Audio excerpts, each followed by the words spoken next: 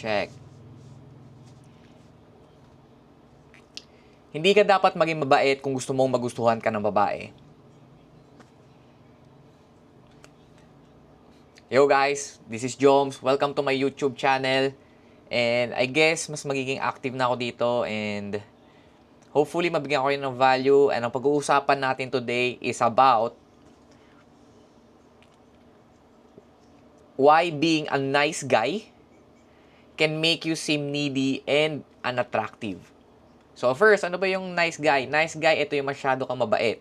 So ano ba yung signs kapag ikaw ay nice guy? So number one, ito yung mga signs na ikaw ay isang nice guy. So number one, lagi kang nagsisik for approval. So gusto mo, lagi kang vina-validate ng ibang tao. Kumbaga gumagawa ka ng mga bagay for the sake na makakuha ka ng validation from other people. So with that sign, kapag meron ka ganun, for sure, you are being a nice guy. So number two, you are avoiding conflict. So ayaw na ayaw mo makipag-away, ayaw na ayaw mo ng konting debate, ayaw na ayaw mong sumalungat sa opinion ng iba. Because this is for you to protect your nice guy image. Kasi ayaw mong maging masama sa paningin ng iba.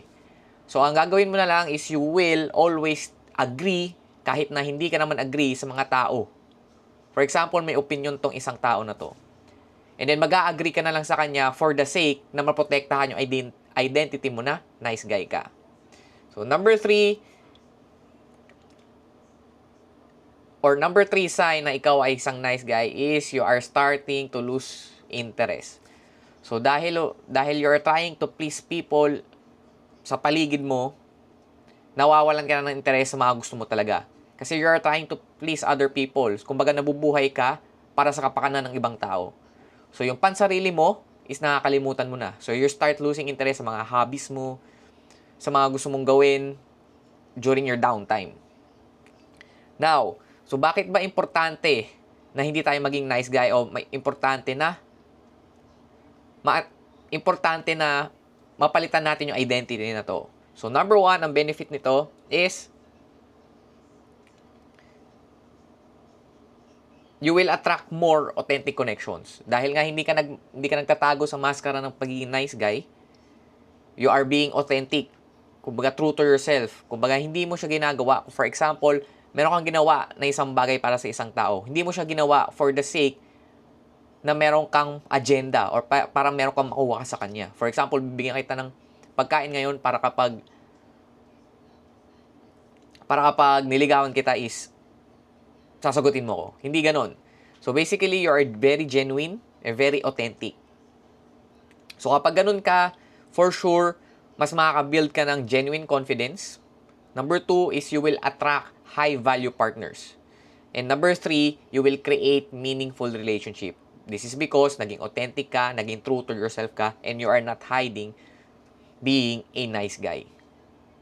So paano ba natin to ma-shift? What you can do in order for you to do the first step para hindi maging nice guy is start prioritizing your own needs. Alagaan mo yung sarili mo and start setting boundaries. So if you're a guy who wants to reclaim his masculinity, kailangan start with yourself. So this time, ikaw naman muna. So start taking care of yourself. Magpapogi ka, alagaan mo yung sarili mo, pumorma ka. For the sake na para sa'yo at hindi na para sa ibang tao. So if you enjoyed this video, hopefully, marami kayong value, marami pa akong ilalabas na video dito. And if na-enjoy nyo, nakakuha kayo ng value, please like and share and subscribe. And see you into the next one. Let's go. Papow!